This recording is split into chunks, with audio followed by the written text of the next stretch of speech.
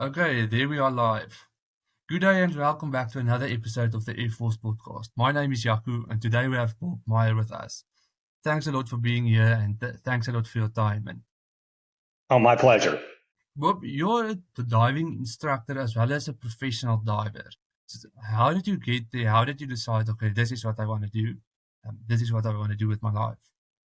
I've always been I've always been drawn to the ocean, and from the first moments being in a beach to now, that's been my calling. So I started many years ago, and then had to stop for circumstances beyond my control, and then started up again several years later, and I've never looked back.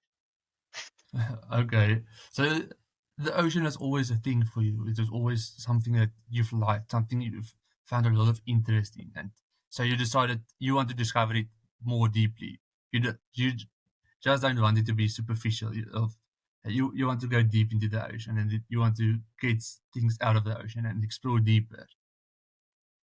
Well, this is what I tell new students. Um, Diving is the closest any of us will ever get to walking on the moon. You're in an alien environment. It's totally different than anything you've experienced on land. And generally, what happens is you get one or two responses from that when people first start diving. Either they get underwater and their eyes become as big as plates, and they're absolutely hooked and they are going to be doing that for the rest of their lives, or you get it's okay, check the box, that's it. So there's very little middle ground. What I found is people who do it once and do it again, do it for the rest of their lives. Okay, and uh, it is obviously something that it gets you. That's like something that bit you. It's that's a spider that bit you, and then it has you in its claws, and then you cannot release it. Is that correct? It almost becomes an obsession, yes. And Okay. it gets to an obsession up until the point where you look in your garage and you see, I really need to stop because I can finance a small country from what I spent on diving equipment. Okay. So when you open your garage door, it's like only diving equipment, gas bottles, wetsuits, all that stuff. It's everywhere. Okay. And then, like, how do you become a diving instructor? What kind of qualifications do you need? Do you need some diving hours? How do you get to that point? Yeah, so what happens is you have to become certified as just a recreational diver. And then you put in a number of hours.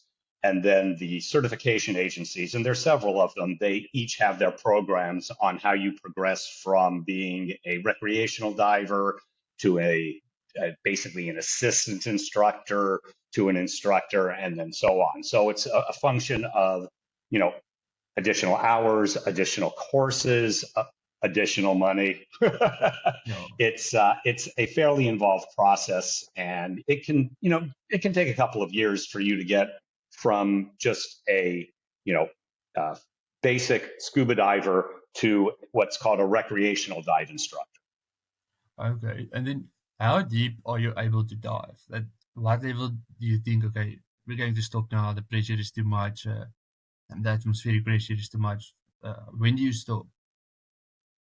Well, let's put it in a couple of categories. As a recreational diver, your first limit is 48 meters. Then you can get, not strike that, sorry, 18 meters. I'm going back and forth between feet and meters now. Then once you get some additional training, then you can go down to 40 meters. Um, uh, After that, once you get past that, basically it's 110 feet. Um, then you need specialized training. Then you enter the world of what's called technical diving as opposed to recreational diving. Okay. And what does it mean to be a technical diver then? Well, that's kind of a loosely defined term. I think you will get different descriptions from different people. how I describe it is technical diving is any kind of diving where you cannot directly ascend to the surface and or requires special equipment. And that kind of pretty much covers it all. Okay, and you say you cannot just go back to the surface. Why is that? Is it also because of the pressure in the ocean, or what's the reason for that? Well, for example, let's say you're into cave diving. That's considered, in my mind, technical diving because if you're inside a cave and something happens, you can't just go up to the surface. There's rock on top of you. If you're in penetrating a wreck, same thing. If something happens, you're in the middle of the wreck, you just can't go up to the surface because there's metal and whatever. But also, if you are diving, if you're deep diving, even in open water, you can't ascend directly to the surface because of the amount of inert gas that your body's absorbed. And even though there's nothing physically on top of you, if you were to ascend directly to the surface, the consequences could be just as dire as being trapped in a wreck or in a cave. Okay, so you could also literally die if you go too fast to the surface. I'm sorry? So you can also die when you just go up to the surface, just go. So that is also a consequence of doing that. Yes. Yeah. Again, if you're down deep enough and long enough, your body absorbs so much inert gas that if you came directly to the surface, it would form bubbles in your bloodstream, which would have rather unpleasant after effects. Okay, and it forms bubbles in your bloodstream. So how does that happen? Yes. So I'm sure you've had a bottle of soda, Coca-Cola, Okay. right? You know that there's gas in there, right? You've got it Mhm. pressure, you've got it with the cap on, and you can do all this, and it's perfectly fine, right? The minute you pop that top, all of a sudden all these bubbles come up, right? No. Exact same thing. When there's pressurized gas in a liquid, when the pressure is released quickly, those but that gas then forms bubbles in the liquid. However, if the pressure is reduced slowly, the gas diffuses out of the liquid without forming bubbles, and then it's safe. So again, if you're down deep and long and you had to come directly to the surface, you would end up with Coca-Cola in your blood. Okay. And what is the longest time that you have been underwater continuously? 4 hours. 4 hours. And how has that been? How does that feel? Well, you get kind of waterlogged after 4 hours and kind of Mhm. hungry and a little cold and tired and grumpy. And by that time, you've had enough and you want to get warm and get something to eat and, do all those other things that people like doing after exercising. Okay. And then why did you go into the water for 4 hours? What is the reason for that? I, as a technical diver, one of the pieces of equipment that I use is called a closed circuit rebreather, which allows you to dive for longer periods of time. And so, it's nice to be able to, whether you have a specific task at hand or you just want to go a long area and explore, this gives you the opportunity to do that without having to, go back up to the surface or worry about running out of gas or all of that. So, yeah, so you can do all that. And I used to live in the Cayman Islands, and it was, my friends and I, it would be no big deal for us to just go out for the afternoon in our local, reef area, and we'd go out for 2, 3, 4 hours and just have a good time and enjoy the day. It's kind of like going out for a round of golf. Okay. So you almost associate diving with golf then. It is your recreational sport as well as your job then actually. Yeah, very much so. Yeah, I mean it. I obviously do it on the one hand for with students and as a business, but I also do it recreationally because I enjoy it so much. It's I'm not a golfer Yeah, at okay. all. And then, with that being said, you said earlier that maybe you go deep into the ocean for a task at hand. What kind of tasks do you have? What kind of jobs do you do then? Primarily, it's instructor related. So I'm not doing commercial. I'm not doing commercial diving like working in an oil rig or any of that. Yeah. All this has to do with working with students. Mm. Okay, and then you showed me a picture earlier of a wreckage that you were at. That it was a tank. Could you please bring it up for us? Then we can see it Yeah, again. let And me then let me let me get that up for you. yes, and Let's then see. please tell us the story of that. Sure. Okay. Do you have that up? No, not yet.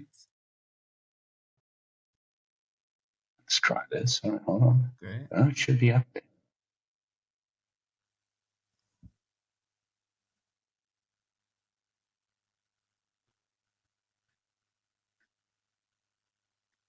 What about now?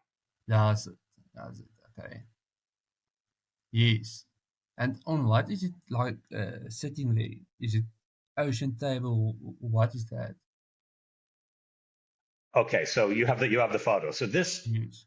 this is actually from Truck Lagoon.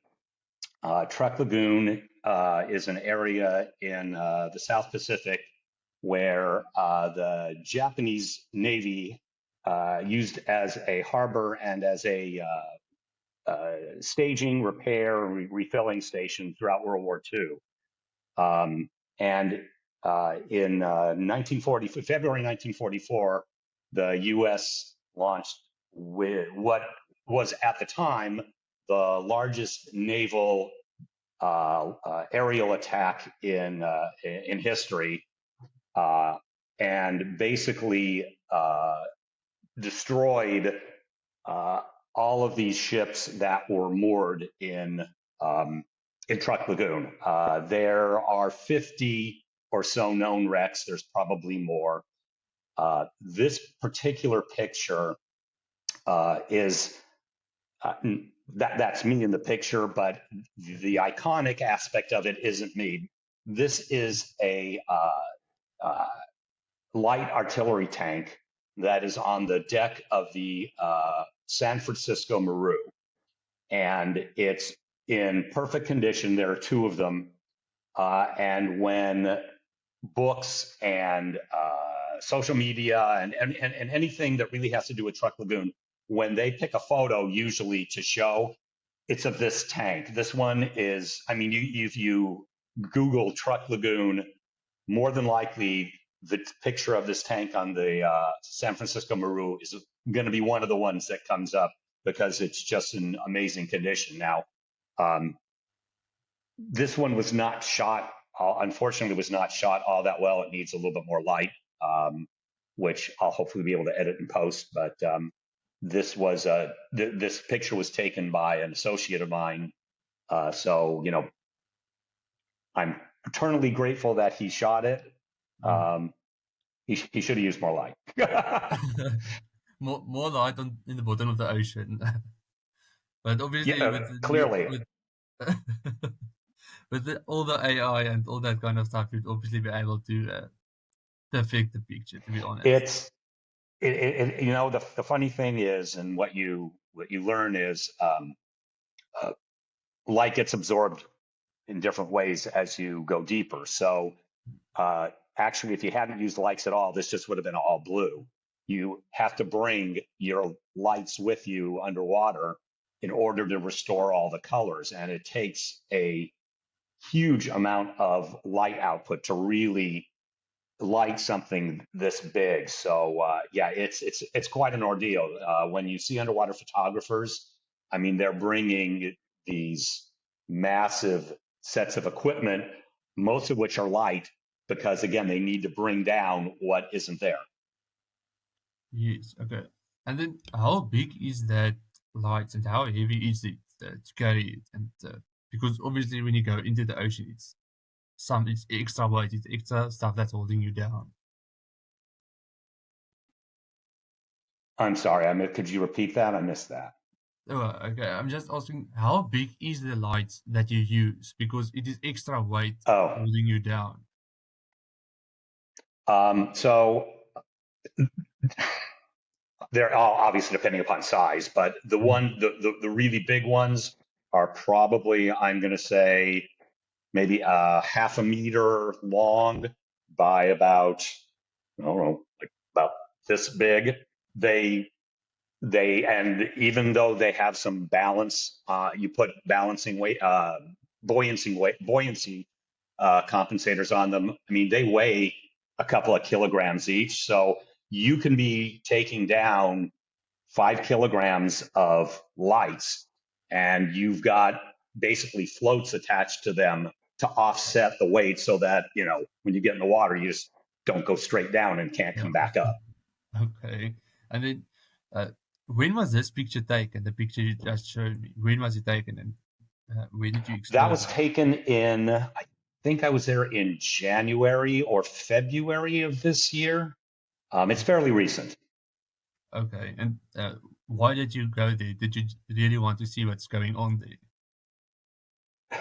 Well, for wreck divers, which is, I'm not a big cave diver. I have lots of friends who are cave divers, and I like caves. But you know, you visit a cave once, pretty much the same when you come back. Hasn't changed in 100 million years.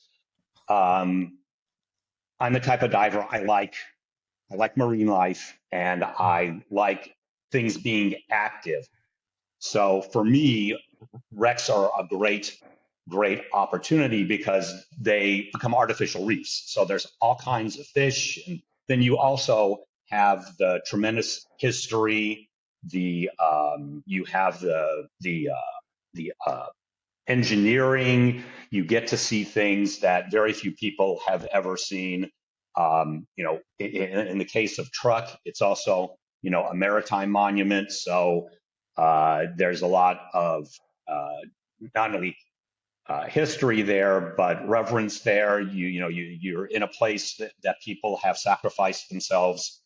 So there's as far as I'm concerned, again, just for me, not right or wrong, it's very compelling to wreck dive. And Truck is kind of like the Disney World of truck diving. I mean, of wreck diving. Um, there's nowhere else in the world where there are so many wrecks in such great condition. And the great thing about it is, for a wreck, they're in relatively shallow water. So some of these wrecks are maybe in 25 meters of water, and the deepest one, actually, the San Francisco Maru, I think, is the deepest, or the high end, and they're at about 55 meters at the most. So well within the range of technical diving, as opposed to, something like the Titanic, where you need multi-million dollar special equipment to visit. This you can go see uh, pretty much at any time. Mm.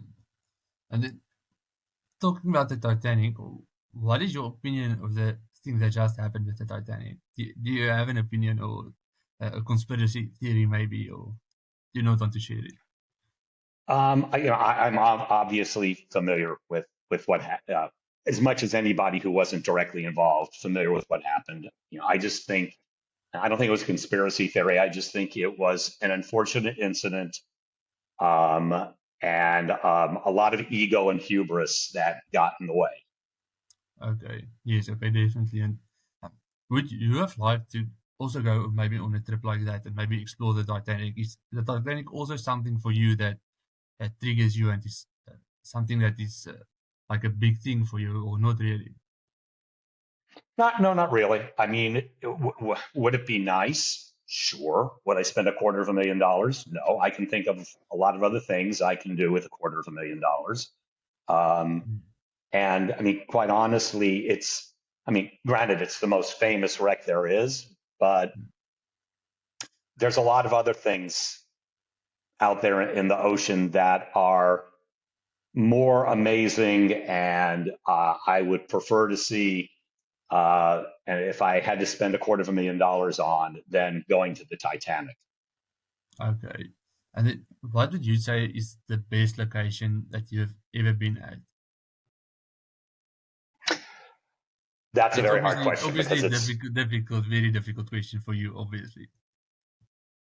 it depends on what you're going to. It depends on what you want to go see, because Okay. different locations have different attributes. So again, Rex, truck, and then maybe Bikini are definitely the best. Reef, a reef life.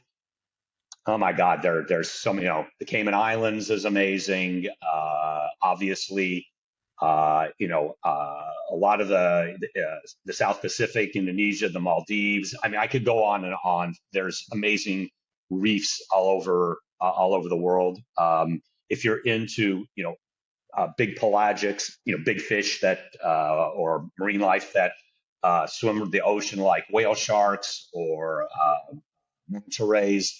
Off the coast of Mexico, both sides, both on the Caribbean side and on the Pacific side, there are great aggregation areas.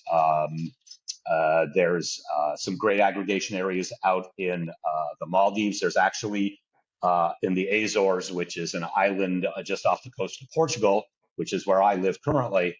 There's also some great opportunities to see, whale sharks and mabula rays and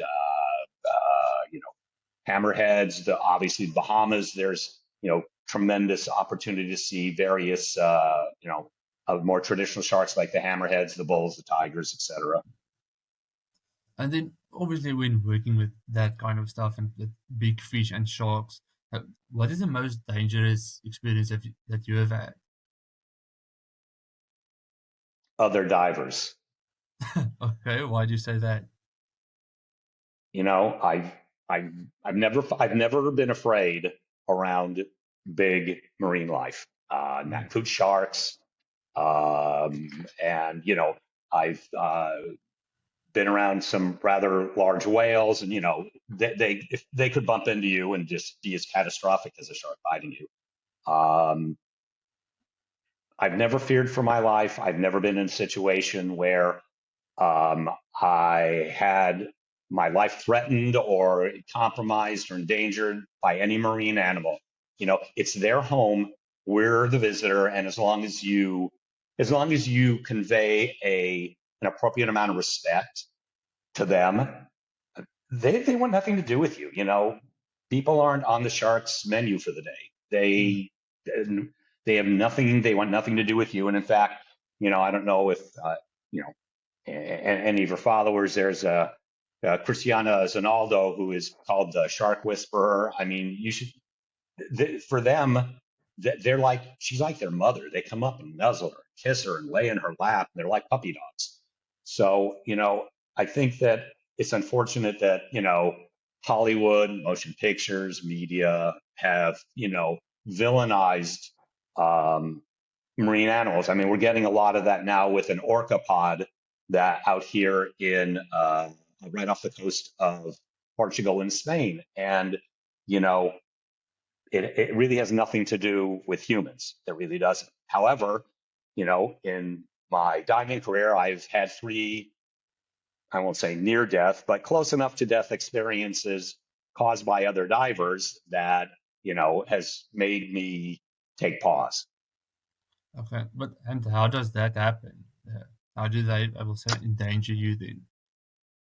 They were all rescues. I was in the water at the time, and it was a rescue situation. And when people are, you know, in danger and panic, they don't think. I mean, none of these people were Mm. being, were out to cause me harm. All they were worried about was saving their lives, and they didn't care who or what got in their way. So um, that's kind of the situation with that. So as unfortunately, as an instructor, you also have kind of an inherent you understand you have an inherent responsibility that if there's someone in trouble, even though it may not be someone who you're directly associated with them, you kind of have an inherent responsibility to try and assist as best you can. And sometimes that turns out to be somewhat challenging. Yes, definitely. Um, you showed me also a picture before we started recording about the marine life and about. Will you quickly bring that up again? And then and also other pictures that you have, and you can quickly talk through Yeah, them. let me get this photo here. Okay,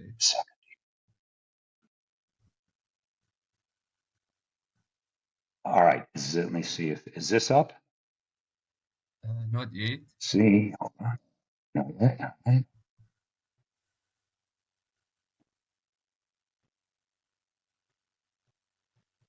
on.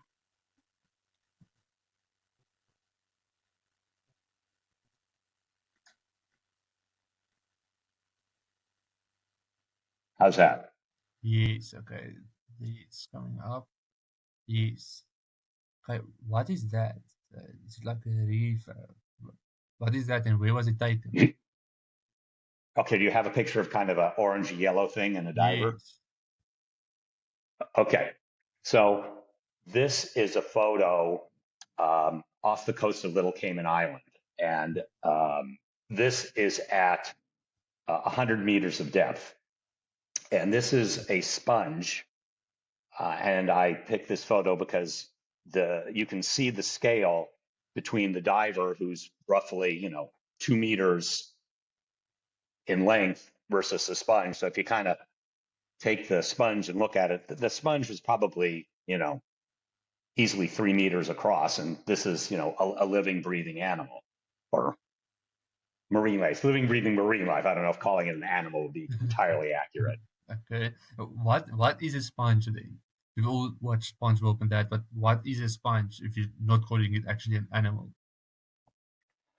Uh, because it's kind of a cross. I mean, it's a crossover. I mean, there's, you know, I I'm not exactly sure how scientists classify sponges, whether it's part animal, part plant, all animal, because of there might be some symbiotic relationship with algae with this sponge, like there is in coral. So I think for my purposes, it's best just to call it marine life, and if someone's really interested, they can go look it up and figure out whether it's really an animal or what it is. Okay. What do they eat? It's a filter feeder. So what happens is it filters nutrients out of the water, and that's what it uses for food. Okay. Yeah, okay. And it is And then extremely here, I've big. got a About how, yes, in proportion to that person, is that also you in the picture? no, no, I'm not. I am not in this photo. Okay. And This then, was this was taken by a friend of mine um, uh, at that time. But it's such an amazing photo, yeah. considering again it's at 100 meters, and at 100 meters, other than in very special places like the Cayman Islands, you're not going to see anything growing because the water's not clear enough to allow enough light to get down. So the fact that this is there and is that big and it's 100 meters is kind of amazing. So that's why I chose that. I have, let's Okay. see, I think I picked another photo. Second here. Um, oh, okay. This one's amazing. So let's see. See if I get this one to share. Right. And I will ask you a question now, and then while you are being like a diving instructor and really into the marine life, how do you think the conservation of marine life needs to be? Oh, I think it's. Yeah. No, I'm sorry, Clay. No, but how do you think conservation of marine life should be approached and definitely be better? Okay, so in my mind, the conservation. I mean, there is very. We are not doing anywhere near enough regarding the conservation of not only just marine life but our oceans. I mean, the two biggest, in my mind, the two biggest threats to our planet are global climate change and single-use plastics. And we know more about the surface of the moon than we do our own oceans. Uh, and we, continually, even though it's been established for probably half a century that we're destroying the oceans by using them as our, oversized wastebasket. We continue to do it because it's financially in our it's financially in our best interest, quote unquote. Well, at some point we're going to one way or another push the planet to the tipping point, and the planet's going to continue. There's no question about that. It's going to go on. The question is whether humans are going to be along for the ride. And if they're not, we'll have nobody to blame but ourselves. Yes, definitely. And then the picture you have just shown us, what is happening here? What are you scratching there? Oh, okay, so this pictures You're like giving this a give me belly rub hope. to her. It gives me hope that that we'll find a solution, that we'll wake up and realize that we can't continue to do things because the oceans and our planet are a lot more complex and dynamic than we give them credit for. So that's a cuttlefish. That's a relative of a squid, and they're all over the Mediterranean. This picture was taken by an associate of mine. We were diving off the coast of Tenerife, and if you remember what I was saying, that you can't come directly to the surface because you have to let the inert gas escape from your body. So what we were doing is what's called a decompression stop. We were letting the gas escape from our body without forming bubbles. So when you're doing this, was the last one, and this was at like 6 meters, and you're just sitting around doing nothing, waiting for time to go by. And this cuttlefish came up to me. There's several photos that lead up to this, but they're very inquisitive, but they're also very cautious because obviously they would prefer not to be someone's lunch. Mm. So this cuttlefish came up, and this was the end result of a 2 or 3 minute interaction. The cuttlefish is kissing me on my mask lens, and it's letting me scratch its belly like a puppy dog. And I mean, this, if you're a diver and you see this photo, you think it's Photoshop because they're like, no way, this never would happen.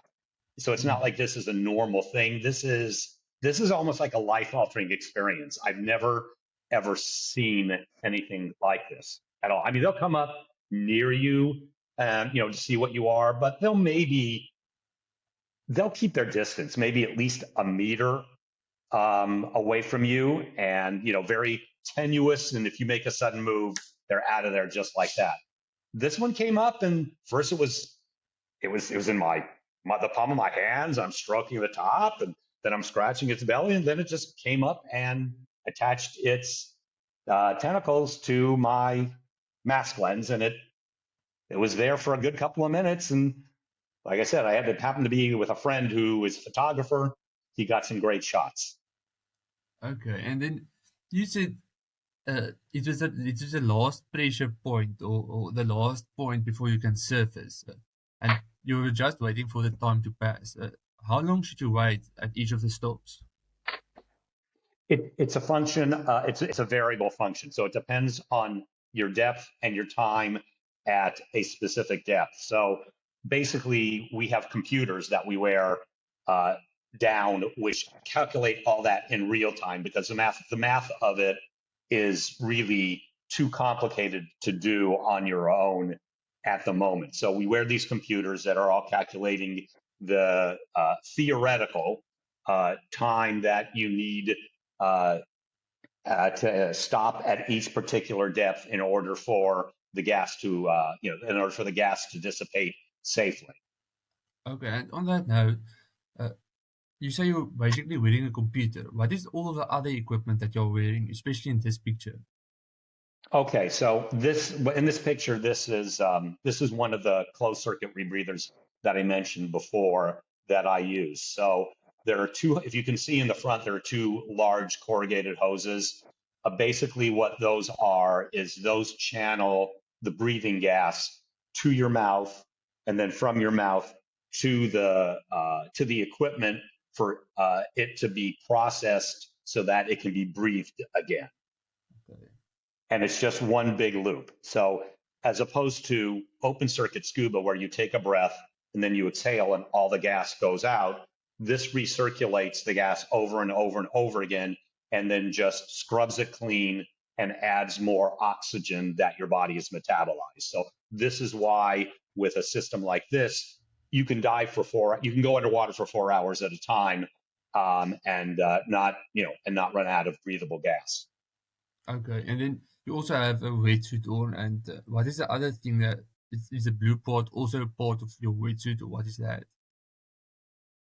The blue part, you're talking around my body? Yes. Yeah, that's a dry suit. So Okay. when you dive for long periods of time, and even in warmer water, um, water absorbs heat very, very quickly, much more efficiently than air. And so even if you're diving, 80-degree water, it's still almost 20 degrees cooler than your normal body temperature. So you you can get cold very quickly. Whereas in a dry suit, because what happens is it basically seals off your body from the water. And so there's a layer of air in there. So what happens is since the water's not in contact with your body, it keeps you much warmer for longer periods of time than the typical wetsuit that, most divers wear. But again, most divers are probably in for maybe an hour at a time, and then they're out. Okay. And then what other equipment do you have while diving? And what other equipment will you have, like maybe when taking a picture like this? Well, in this particular case, he had a camera, a regular camera with a Mm. special underwater housing. Here, let me see if I can here. So basically, we a regular camera and then an underwater housing, which seals the camera from the elements. And then because he was taking a still photograph, you would have strobes instead of underwater video lights, and some extra equipment along with that. So, I mean, when you're doing underwater photography, whether it's still or video, I mean, you're bringing a lot of equipment with you. You've got your scuba gear or your rebreather. You've got all your equipment, and then you've got all this other stuff. And so, I mean, you look like you're going. It's almost like going on safari, but you're doing it going underwater. Okay. Yeah, that is actually a great explanation for that. And have you ever tried like maybe camping underwater, or maybe living in one of those tubes, or um, have you ever done something like that? I'm sorry. Could I get you to repeat that? Okay, I've seen a lot of. I don't know if it's. I cannot remember if it was videos or what it was, but people are basically living underwater in one of those like tubes, like this big tube. Have you ever done that? No, no, yeah, no. You're talking about underwater habitats, no, Okay. or diving bells where people are Okay. going down for long periods of time, and then they have to they can't come back to the surface, but the amount of time they need to spend underwater is far longer than they could do with special equipment on their back. So they have to go into these underwater habitats, and then it can take some of these divers that are doing work on underwater oil and gas pipelines. They spend days underwater, and it takes them days and days to come back up to the surface safely to give that gas time to get out of their body. Okay. And then how do you stay physically fit? Because it's obviously a huge strain on your body to dive and dive every day. How do you do that? Do you only dive? Do you do other things as well? Um, you know, I I used to have a I used to have a I used to do some work in I guess you call it gyms, etc. Um, by and large, it keeps you fairly physically fit. I mean, I don't do anything specialized anymore. Um, because of the equipment. So the diving itself from just a cardiovascular standpoint is excellent because think about it, swimming, when you're swimming on the surface, part of your body is still in the air, and so you have less resistance. When you're entirely underwater, you've got the entire resistance of the water against you. So from a cardiovascular standpoint, it's very, very good for you. And so I think that's part of the reason why I'm in fairly good shape considering. Okay. And then with that being said, how does weather conditions and maybe tides and all that stuff have an impact on diving? I'm sorry, I'm having a difficult time hearing you. Okay, okay.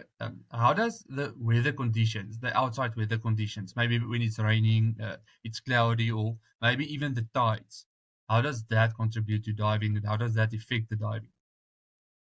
It all depends on the location you're at and the severity of the situation.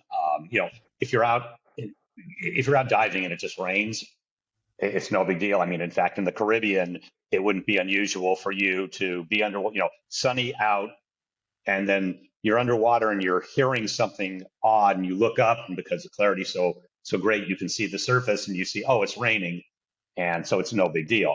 Obviously, I wouldn't want to be doing that during a hurricane, but just to have rain going out there, not a problem. Now, um, on the other hand, if you're out and even a light storm comes in, uh, excuse me, it can turn the surface conditions from very flat to very choppy. So that means it's a lot more difficult getting in and out. It's a lot more difficult kitting up. Boats rocking like this. Try putting on what is it in kilos? It's about 35 pounds. So try putting like a 20-kilo tank on your back when you're doing this, and you're all flopping around. So that can be somewhat disconcerting. As far as the tides go, uh, again, that impacts shore diving much more than it does boat diving, and that's one of the things that if you're a big shore diver, you are constantly monitoring what the tide conditions are for the area that you're diving from on the particular day that you're diving, because depending upon the topography, you might want to go out during low tide, or you might want to go out during high tide, just depending upon what so for example, if the beach is long and sloping so that it takes you a long time to get into more than a meter of water, you want to go out in low tide so you can walk most of the way and then get in the water. You don't want to be doing it at high tide where you're going to have to be literally walking in water for 100 yards before you can even before you even have enough water to float in. At the same time, if it's a what they call a short drop-off beach, like a rocky cove or whatever, you want to be in during high tide when the water level is the highest, so that you're not having to traverse rocks and all that just to get in the water. You want to be able to get in the water as soon as possible, because the minute you get in the water, well, you now have maybe 4 or 5 meters of depth, and you can just go out. Okay, and then you mentioned in the Caribbean the water is a lot more clear than in other places. Why does that Yes. water differ? What is the reason for that being more clear than maybe at another place? It has to do with the geography and the topography of the particular area. Cayman happens to be fairly unique with that because there's no rivers, so there's no silt deposits coming off the island into the water. The beaches and everything are actually not sand; they're ground coral, and the Caribbean current flows past Cayman. So generally, it washes away whatever residue there is. But I mean, there's a lot of other places that have amazing visibility. I mean, Truk had great visibility. Most of the South Pacific is like that. Um, Great visibility in Hawaii. Even like places like here in the Mediterranean, Malta, believe it or not, has excellent visibility, like 30 plus meters most of the time, which is very good. And so it just depends. Now, off the coast of Portugal, where I currently live, um, if we have 3 meter visibility, that's a good day. Okay. Okay. So uh, there's a lot of factors that is actually um, Yes, it is current dependent on. Yeah. topography. Yeah. Okay. And then what do, along the years, what do you think is the most significant changes in the industry? Do you think maybe the technology has changed a lot, or what do you think is the most significant? That's a very good question. Believe it or not, the technology hasn't changed as much as one would think. Mm, Um,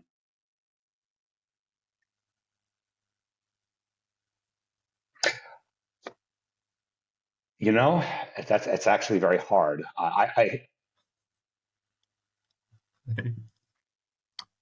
Should we move on I and hate give to, you time to get back?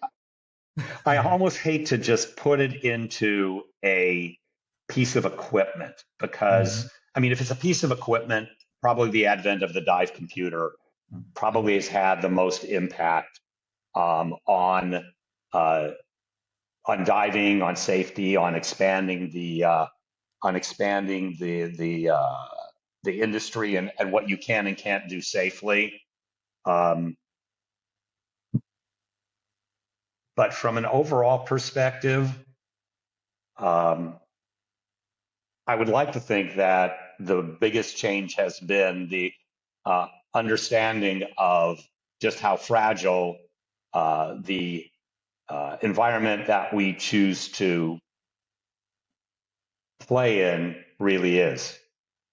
And Okay. I would hope that every diver would be an advocate for protecting the ocean, protecting what's in it, and doing whatever we can to change and modify what we're doing so that what we leave future generations is something worth. It still has that same magic and um, amazement that that it did. I can tell you for a fact that just in the last since I've been doing it, there's been a tremendous amount of change, and unfortunately not for the better. But I'm hoping that people are finally waking up and saying we need to stop. Okay. And then on that note, where can people find you on social media? How can they reach you? How can they get to you and maybe attend some of your classes and maybe dive with you? Where can people find you? I'm on Instagram at Infinite Blue Divers, and that's actually the only social media that I participate in. I try and limit what I involve myself in. I mean, it's work enough just staying on top of the constant need for posts and all of that. So Okay. that's as much as I can handle. Okay. And then talking about social media, how do you think people can use social media to maybe protect the environment and use it um, to help with the sustainability of the oceans? There are numerous organizations that are on social media and certainly much more extensively than I am. People who are interested in it, like Ocean Conservancy and Oceana and Oceans Nation. I mean, and there's several of them. Uh, Look them up. All of them are legitimate charitable organizations that do amazing work. Even $5 a month helps. Get involved. Uh, Even if it's to the point of if you do nothing more than stop using single-use plastics, it makes a huge difference. It really does. Um, no one's going to be able to do it all at once. None of us can do this all by ourselves. The whole adage where it takes a village. Well, in this case, it's going to take more than a village. It's going to take an entire community to change the perception of what's acceptable to do to get politicians to enact legislation that isn't, entirely in their own best interest. Even even organizations that pride themselves on being somewhat um, cognizant and sensitive to that, like the EU. They've had their own, they've done their own things that you look at and say, well, wait a minute. On the one hand, you just did this to protect this, but on the other hand, now you're not going to protect this because there's a particular lobby that's contributing to, so we need to get over the whole monetary aspect of all of this, or there's not going to be anything left. And, future generations are going to look back at us and go, what were you thinking? Yeah, and that's definitely going to be the case. If we're not going to do something about it, like obviously right now, it's obviously every day that you are taking longer to do something, it is a day closer to maybe some species going extinct, something that's not going to be there any longer anymore. So yeah, I also agree. Something needs to happen, and it has to happen soon. I mean, I agree. I mean, even, you know, hu- humans tend to, at least again, my opinion, humans tend to only do things when they believe it's in their self-interest. Okay, fine. I can appreciate that. If people don't think that the ocean's health is directly linked to our own self-interest, they're living in a fantasy world. If we don't do something to stop all that we're doing, we're going to be the ones that suffer in the end. So it is in our best interest. It is in our own financial interest. It is in our own long-term interest to stop treating it like a wastebasket, and that we can do whatever we want, however we want, with absolutely no ramifications, no recourse, no nothing, because reality reality is going to rear its ugly head, and people are going to sit there and go, "What happened? Where did this all come from?" Well, none of this is a surprise. Yes, and definitely. And then I want to thank you for today, and I want to thank you for your time, and thank you for being here. And obviously, you inspired a lot of people, and you definitely. When I saw your pictures and I saw all the things you did, it's fascinating, and it's really interesting to talking to you today. So I want to say thank you, and thank you for your time today, and thank you for being here. And then, as No, well as thank you for having me. It's been a pleasure. Thank you again. okay, and then to all the listeners, please go like and subscribe and follow and for Bob, and also like and subscribe to this video. And then thanks a lot for today, Bob. Take care. Thank you. Okay.